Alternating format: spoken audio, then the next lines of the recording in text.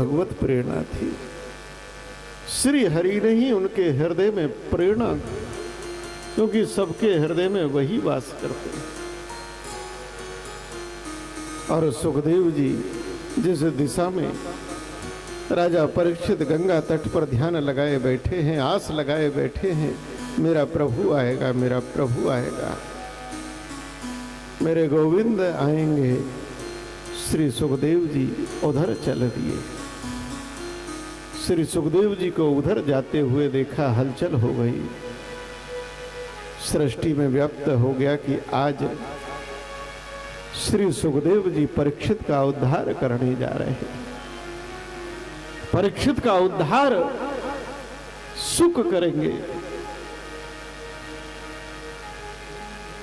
बड़े बड़े ऋषि महर्षि भी जो ध्यान लगाए बैठे थे, वो भी ध्यान त्याग कर उसी दिशा को चल दिए। भागवतकारों ने कहा है कि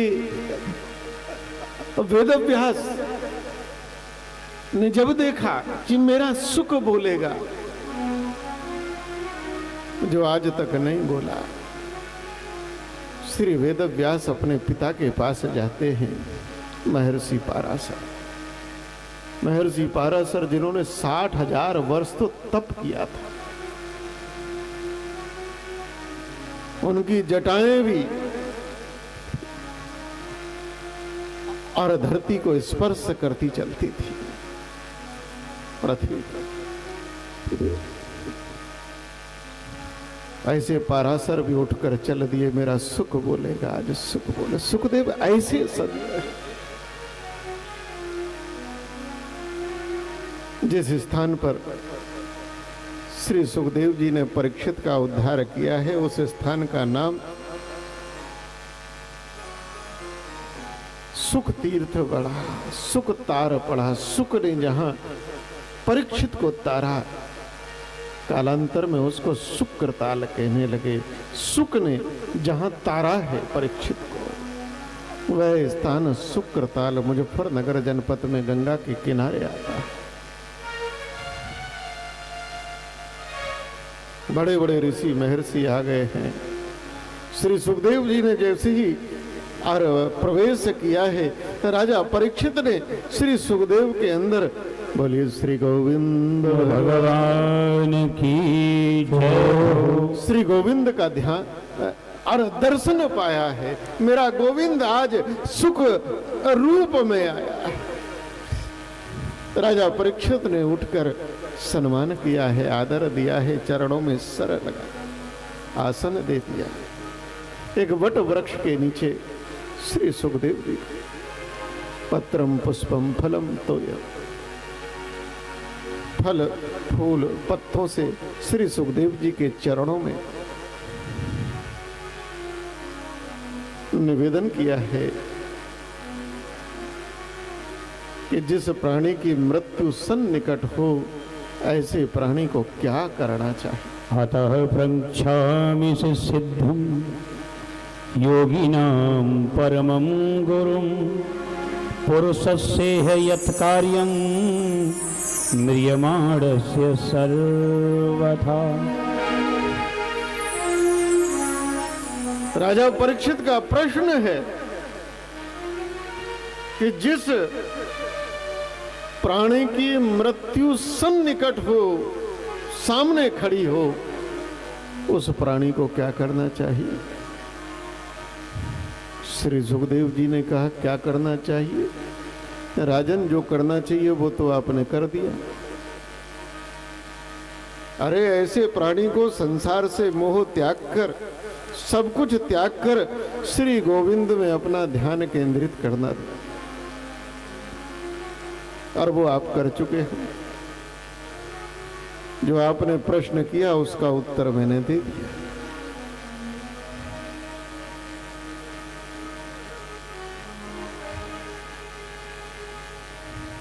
राजा परीक्षित ने कहा, प्रभु यत् श्रोतव्यमथो जाप्यम यत् कर्तव्यो नभु प्रभु स्मृतव्यम भजनीयं वा ब्रूहि यद्वा विपर्ययम्। ये तो सुखदेव जी का उत्तर हो गया। राजन अब वो बताओ।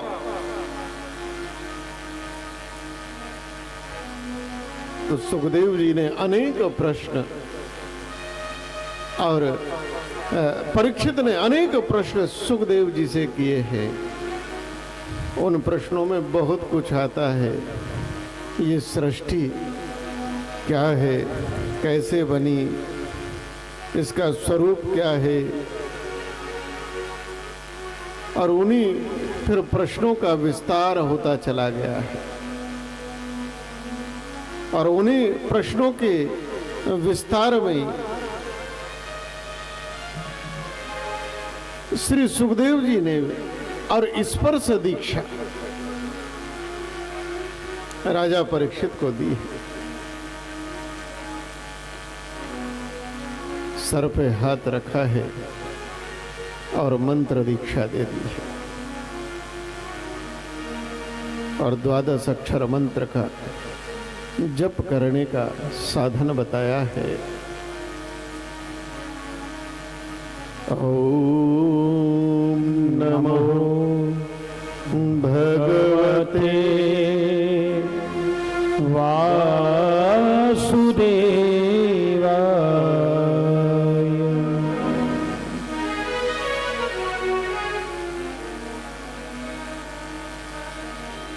उसके बाद ध्यान कैसे करना, क्योंकि राजन ये मन बड़ा चंचल है। मन ऐसी कोई रस्सी नहीं बंधी जिससे बांध लो इसको, ये अपने बस में नहीं रहता।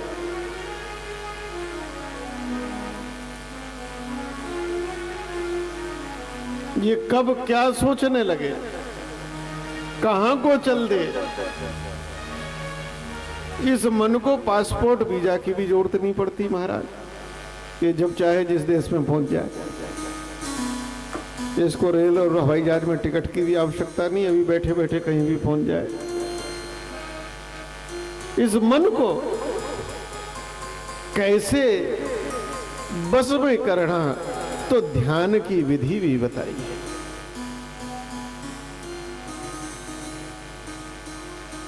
जप की विधि बताई है, आसन की विधि बताई है, आसन कैसा होना चाहिए।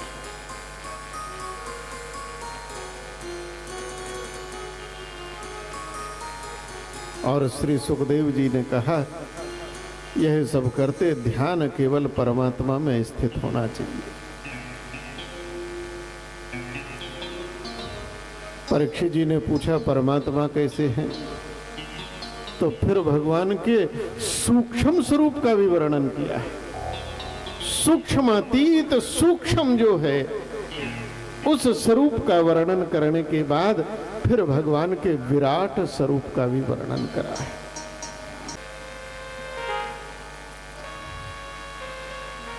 क्योंकि श्री सुखदेव जी ने तो पहले ही ये प्रमाण प्रस्तुत कर दिया, सर्वभूत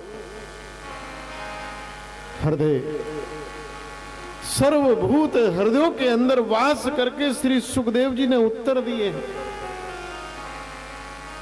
सब परमात्मा है, सब परमात्मा है। गुरुजी और शिक्षा दे रहे थे, चेले ने शिक्षा ग्रहण कर ली कि सभी के अंदर परमात्मा है।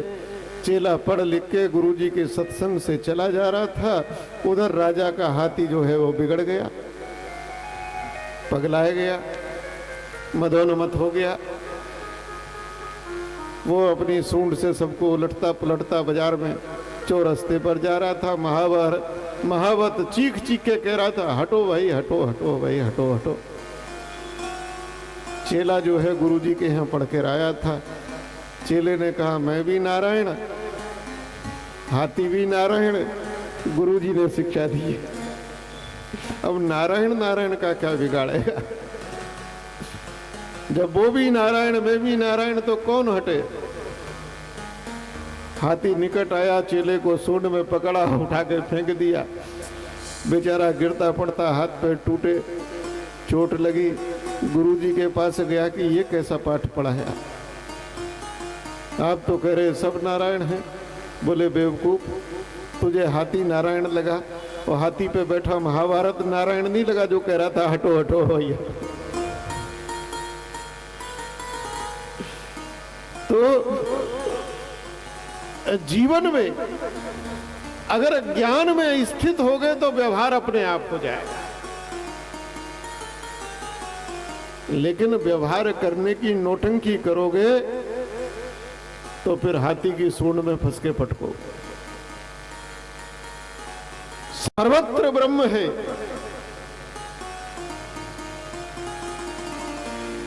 ये ज्ञान दिया है। और सूत जी महाराज से शौनक आदि ऋषियों ने जो बहुत सारे प्रश्न किए, उन प्रश्नों के उत्तर में सूत जी ने कहा कि ऐसे प्रश्न कभी विदुर जी ने भी मैत्रेय जी से किए थे, और जो मैत्रेय ने बताया वही मैं बताऊं। शौनक आदि ऋषियों ने कहा कि ये विदुर जी और मैत्रेय जी का मिलन कहाँ हुआ। श्री भागवत में आगे मैत्रेय और विदुर के मिलन का प्रसंग आता है, और कहते हैं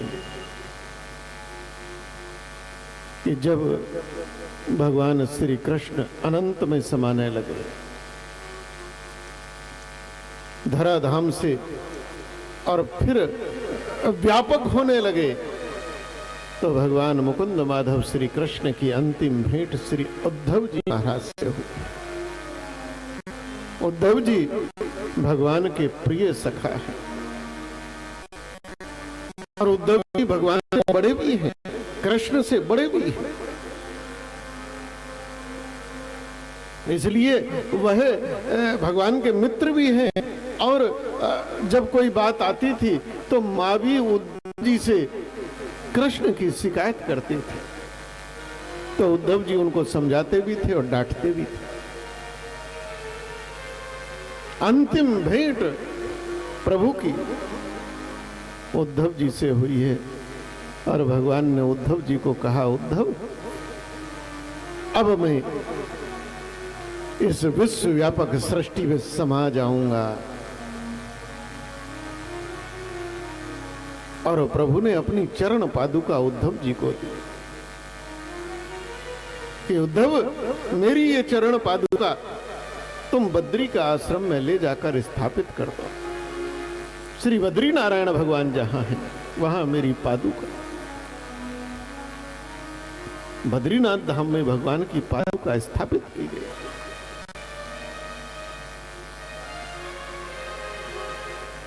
और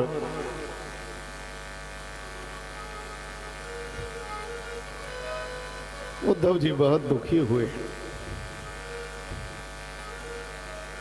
उद्धव जी ने कहा, प्रभु जिस क्षण आप धरा से शाश्वत से साकार से निराकार होंगे, उसी क्षण धरा पर कलयुग का चरण रखा जाएगा, और आप भी नहीं होंगे तो धर्म, भक्त, संत, संसार ये किसके आश्रित रहेगा। भगवान ने कहा, कलयुग में मेरा अब अवतार नहीं होगा।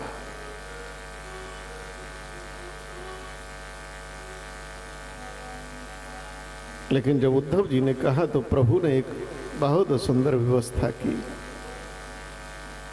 और कहा, उद्धव कलयुग में प्रगट अवतार तो मेरा नहीं रहेगा, लेकिन मैं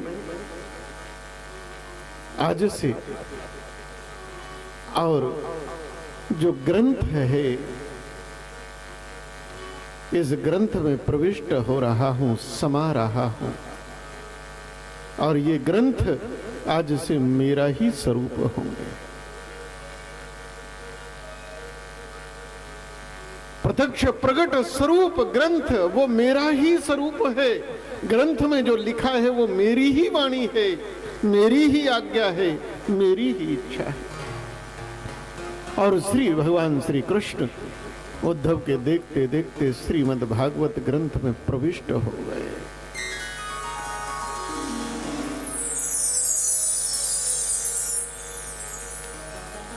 आसाम में मंदिरों को नामघर कहते हैं। वहां मूर्ति नहीं होती, नामघरों में श्रीमद् भागवत रखी जाती है। ये भगवान का विग्रह है। नाम संकीर्तन होता है।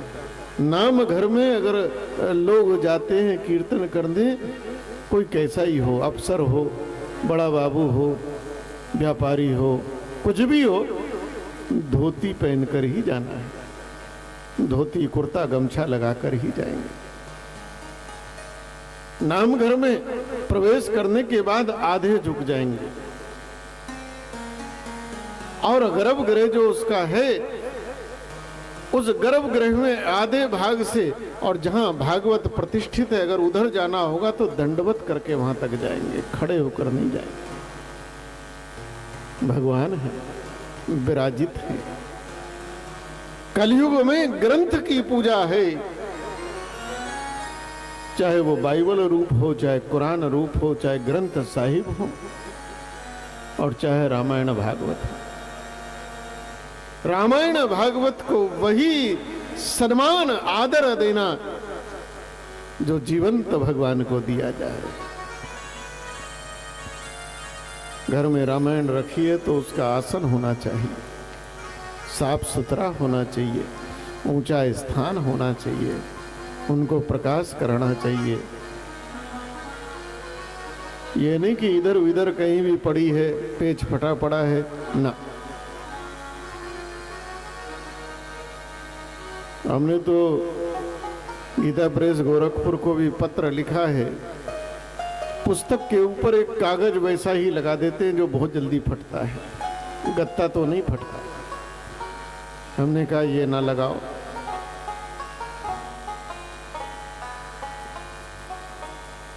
इधर उधर डालना नहीं। हमारे यहाँ भी सनातन में जो परंपरा सिख समाज की है, मैं बताना चाहूंगा उस समाज के बारे में कि ग्रंथ कोई ऐसे वैसे रख नहीं सकता।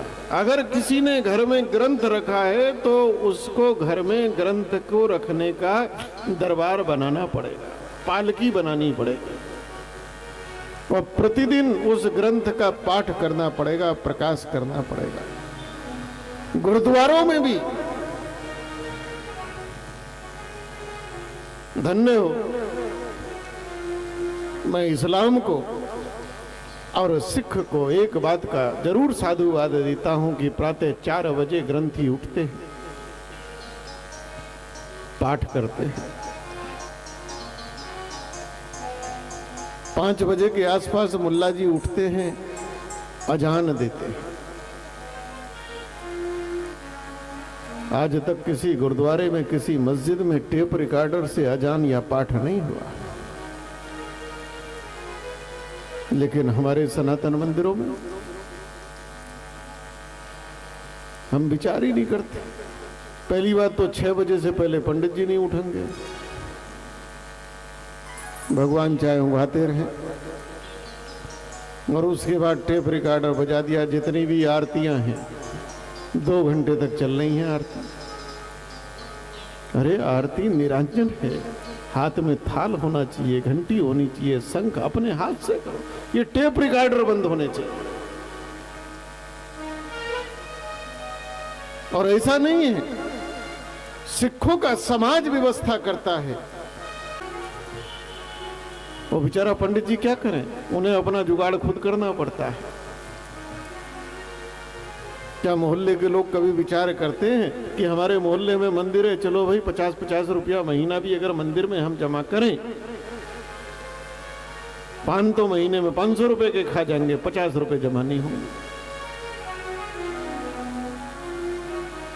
अरे 10-20 150 लोग भी 50-50 रुपया जमा करें, उस ब्राह्मण की व्यवस्था होगी, वो सुबह पाठ करेगा, मंदिर में पाठ होगा, वेद मंत्र गूंजेंगे, रामायण की चौपाई गूंजेगी, तुम्हारा उद्धार होगा, कल्याण होगा।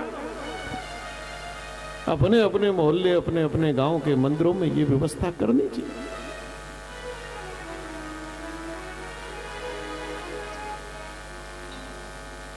तभी तो उद्धार होगा। भगवान भागवत में, रामायण में प्रविष्ट हुए हैं। सिख समाज में जब ग्रंथ साहब पुराने हो जाते हैं, वहां कहते हैं ग्रंथ साहब, साहब लगाते हैं। अगर ग्रंथ साहब का कहीं अखंड पाठ है किसी घर में, तो ग्रंथ साहब गुरुद्वारे से आएंगे पालकी में, सर पर रखकर, चमर चलता रहेगा। ये नहीं है कि कोई भी उठा लाया, कीर्तन करते आएंगे और फिर उनको वैसे ही पहुंचाएंगे। और जब पुराने हो जाते हैं तो अब ग्रंथ साहब बूढ़े हो गए हैं, तो ग्रंथ साहब बड़े गुरुद्वारों में चले जाते हैं। अमृतसर में भी व्यवस्था है। अमृतसर में एक बहुत बड़ा कक्ष है जिसमें पालकियां लगी हैं, और जो पुराने ग्रंथ साहब हैं उनको लाकर वहां रख देते हैं। अब ये बुजुर्ग हो गए हैं, अब ये आराम करेंगे।